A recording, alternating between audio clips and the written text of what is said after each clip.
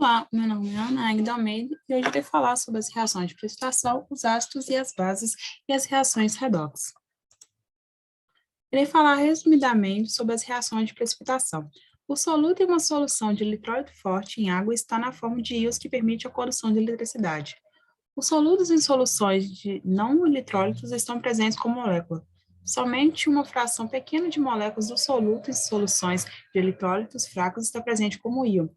Ocorre uma reação de precipitação quando duas soluções de eletrólitos são misturadas e elas reagem para formar um sódio insolúvel.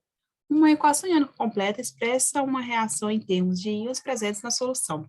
Uma equação iônica simplificada é a equação química que permanece após a eliminação dos íons espectadores. A facilidade com que uma solução conduz eletricidade depende do número de íons que ela contém. Podemos observar na imagem A uma solução não eletrólita eletrolítica não contém íons, assim a lâmpada não se acende.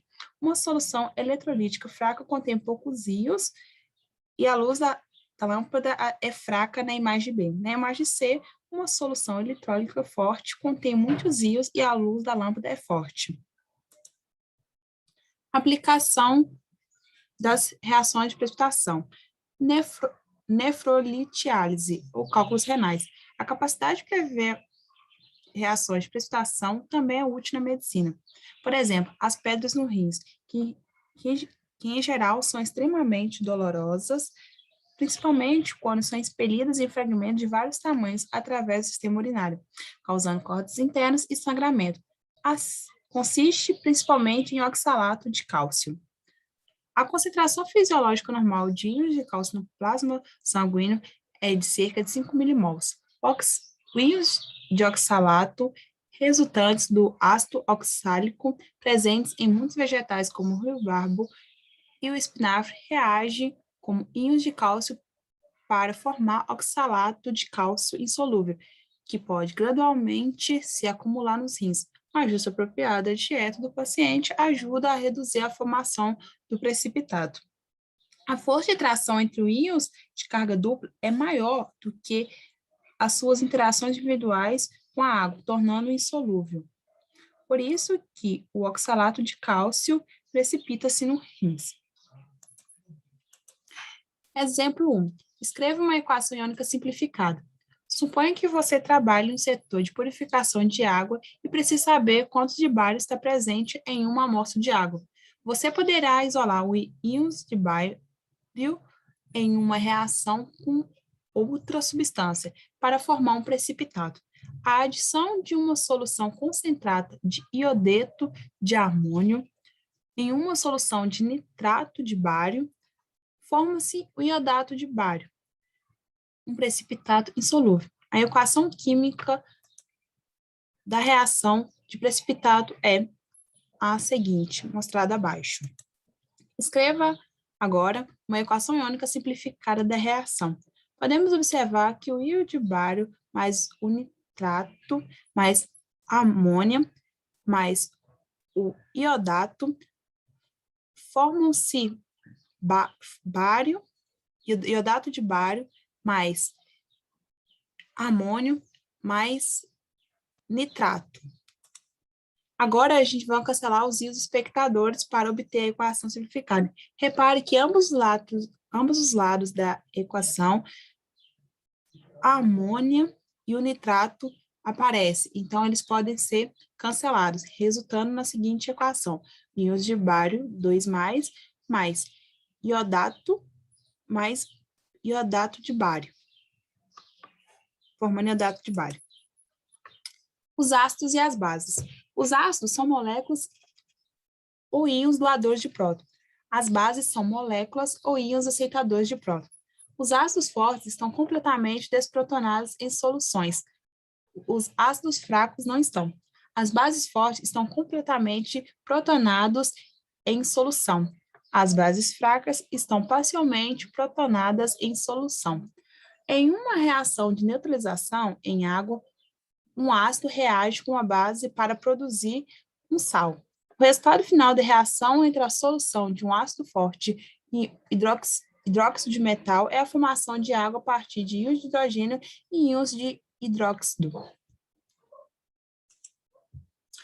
Aplicação dos ácidos e bases. Os antiácidos. Os antiácidos são compostos químicos que aliviam a azia e a indigestão. Os antiácidos que anunciam o alívio imediato da indigestão ou da azia contêm íons de carbonato ou hidroxila que neutralizam os ácidos no estômago. Alguns ingredientes ativos incluem o NaHCO3, KHCO3, CaCO3, MgOH2, AlOH3. Embora esses compostos propiciem o alívio rápido de digestão, eles não são recomendados para o consumo prolongado. O carbonato de cálcio pode contribuir para o crescimento de pedras nos rins. Além disso, o carbonato de cálcio e o hidróxido de alumínio pode causar prisão de ventre. O hidróxido de magnésio, por outro lado, é um laxante suave capaz de provocar diarreia. Os antiácidos contendo magnésio, por consequente, são muitas vezes combinados com hidróxido de alumínio, já que ele neutraliza as propriedades laxativas do magnésio. Exemplos. Comente sobre o processo de formação das seguintes equações.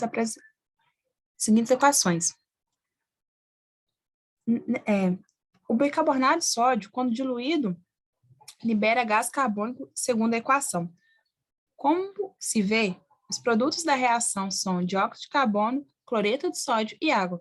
Repare que na presença de água, o bicarbonato de sódio reage com ácido liberando dióxido de carbono, o responsável pela efervescência. Podemos notar a presença de dióxido de carbono ao ingerirmos o antiácido através da liberação de um gás pela boca, denominado arroto. Nessa segunda equação, vemos que o hidróxido de alumínio apresenta uma ação antiácida reagindo com ácido clorídrico do estômago, resultando em um cloreto de alumínio e água.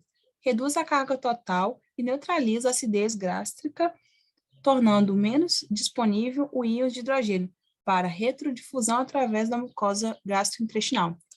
E, por último, a terceira equação, nesse caso, entretanto, o ácido libera um íon de H+, a base libera 2 ânions OH-, assim os ânions de OH- não são neutralizados totalmente e é formado um sal básico, que também é chamado de hidroxal. Agora eu vou falar resumidamente sobre as reações redox. A oxidação é a perda de elétrons, a redução é o ganho de elétrons. A reação redox é a combinação de oxidação e redução. A oxidação aumenta o número de oxidação de um elemento. A redução diminui o número de oxidação de um elemento. A oxidação é produzida por um agente oxidante, uma espécie que contém um elemento que se reduz. A redução é produzida por um agente redutor, uma espécie que contém um elemento que oxida. No balanceamento de uma equação química de uma reação redox que envolve íons, a carga total de cada lado deve estar balanceada. Podemos observar na figura 1 o agente oxidante, embaixo à esquerda. É a espécie que contém elementos cujo número de oxidação diminui. A mudança de cor mostra como o número de oxidação da espécie de cima aumenta quando o agente oxidante ganha elétrons. Quanto mais forte for a cor, maior será o número de elétrons presentes. Na figura 2, podemos observar que o agente redutor, embaixo à esquerda, é a espécie que contém elementos cujo número de oxidação aumenta. A mudança de cor mostra como o número de oxidação da espécie de cima aumenta quando o agente redutor ganha elétrons. Quanto mais forte for a cor verde, maior será o número de elétrons presentes. Aplicação das reações redox. Etilômetro. A polícia utiliza frequentemente um aparelho denominado etilômetro para testar os condutores suspeitos de estarem embriagados. A base química desse aparelho é uma reação redox. Uma amostra do ar expelido pelo condutor é introduzida no aparelho, onde é tratado como uma solução ácida de dicromato de potássio. O álcool ou o etanol presente no ar expelido é convertido em ácido acético, conforme representado na equação seguinte. Nessa representação, o etanol é oxidado a ácido acético e o cromo 6 sobre forma de íon de dicromato amarela alaranjado. É reduzido a íon de cromo 3, de cor verde. O teor de álcool no sangue do condutor pode ser determinado de imediato o grau dessa variação de cor, lido em um instrumento calibrado. O atual limite legal para o teor de álcool no sangue no Brasil é de 0,5 mg de litro de sangue. Qualquer valor acima desse limite é considerado ilegal. O diagrama esquemático de um etilômetro. O álcool presente no hálito do condutor reage com uma solução de dicromato de potássio. A variação da absorção da luz devido à formação de sulfato de cromo 3 é registrada pelo detector e visualizada no medidor, que revela diretamente o conteúdo de álcool no sangue. O filtro seleciona o comprimento de onda de luz adequado à medida que será realizada. Aqui segue as referências bibliográficas utilizadas durante essa aula e muito obrigada.